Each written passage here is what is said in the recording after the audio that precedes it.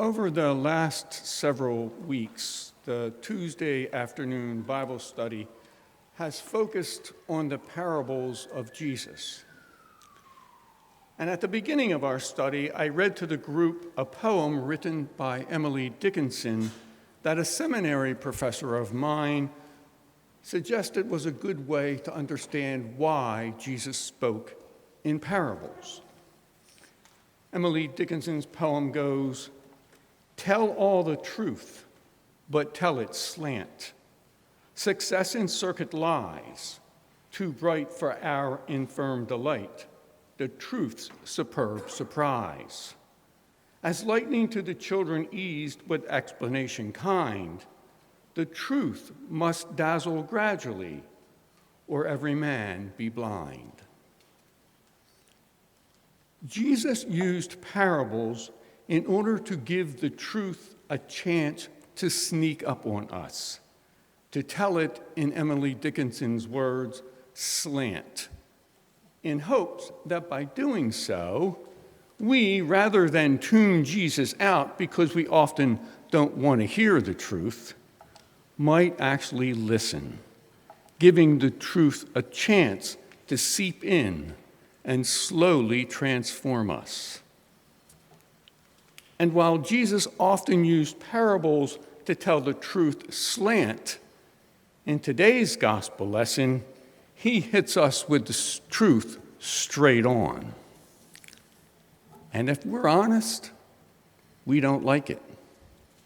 It is one thing to ask me slant to be a good neighbor and help someone in trouble, and quite another to ask me straight on to do good to those who hate me or revile me.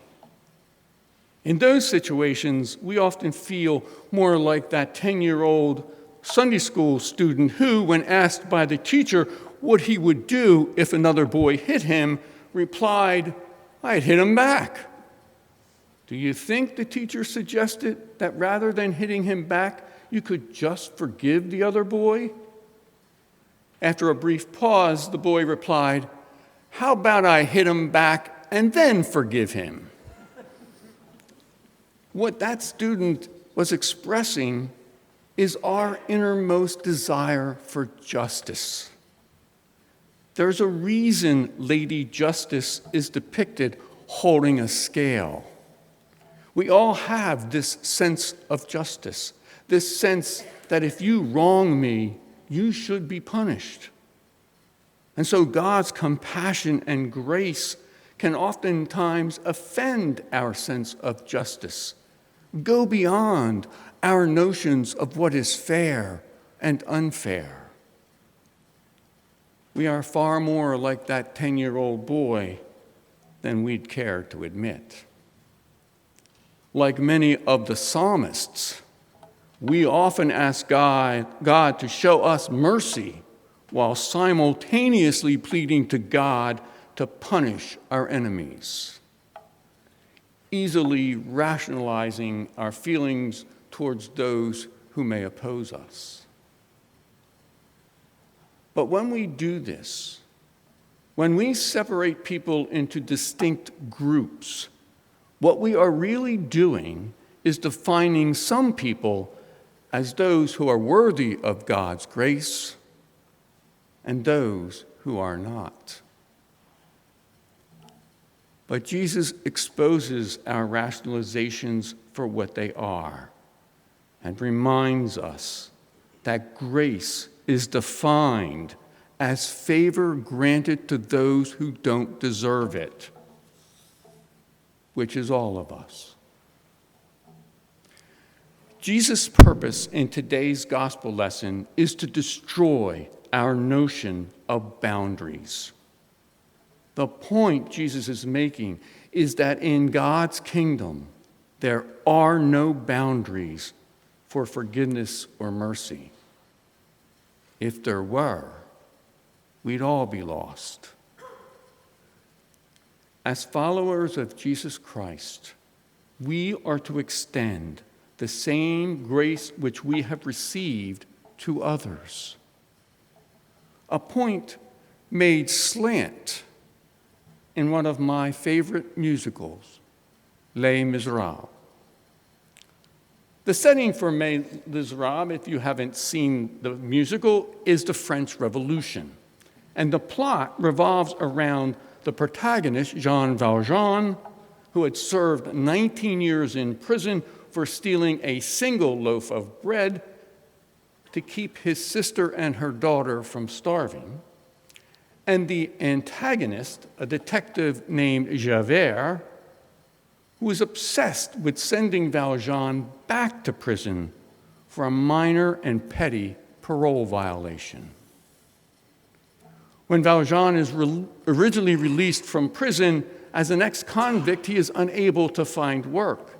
And so, again, out of desperation, he steals some silver from the home of a bishop who, out of sympathy, had offered Valjean a place to sleep for the night. But when the police capture Valjean and bring him and the silver back to the bishop, instead of pressing charges, the bishop claims he gave the silver to Valjean as a gift.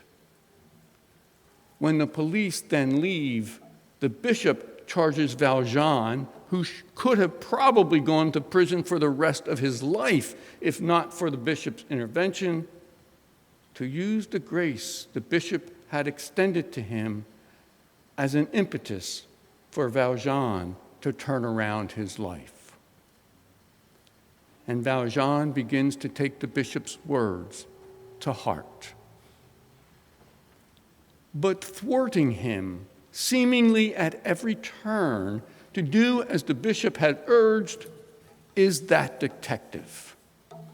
Much of the story is about how the paths of these two men continue to cross until, near the end of the play, the detective falls into the hands of some French revolutionaries who are about to execute him, until Valjean steps in and saves the detective's life, much like the bishop had stepped in to save his so many years before.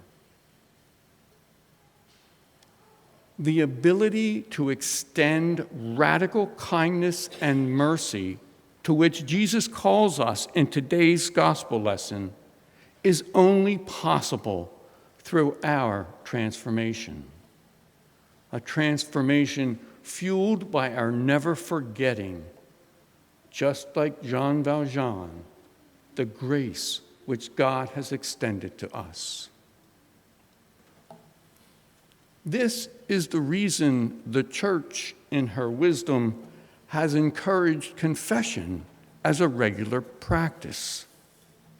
The sacrament of reconciliation is not designed to make us feel guilty about the things we have done or the things we have left undone, but to help us recognize the unlimited grace which God has extended to us, so that we might extend that same grace to others. In today's gospel lesson, Jesus challenges us to rethink how we view others, to see as God sees, to see everyone as a child of God, and to stop looking through the lens of race, ethnicity, or nationality. We, as Christians, are not called to look for boundaries. We are called to look for opportunities to love and serve one another and truly become the siblings God created us to be. As St. Paul once wrote, "There is no Jew or Gentile, no male or female, no slave or free." And I would add, no young, old, gay, straight, white, black, Latino, Asian, believer, non-believer, Christian, Buddhist, Muslim, or any of the other labels we place on those whom we think of as different from ourselves. There is only humanity. One of the last lines sung in Les Mis states, "To love another person is to see the face of God. Jean Valjean came to embrace that truth, and it transformed his life. May God's truth, whether slant or straight on, do the same for us.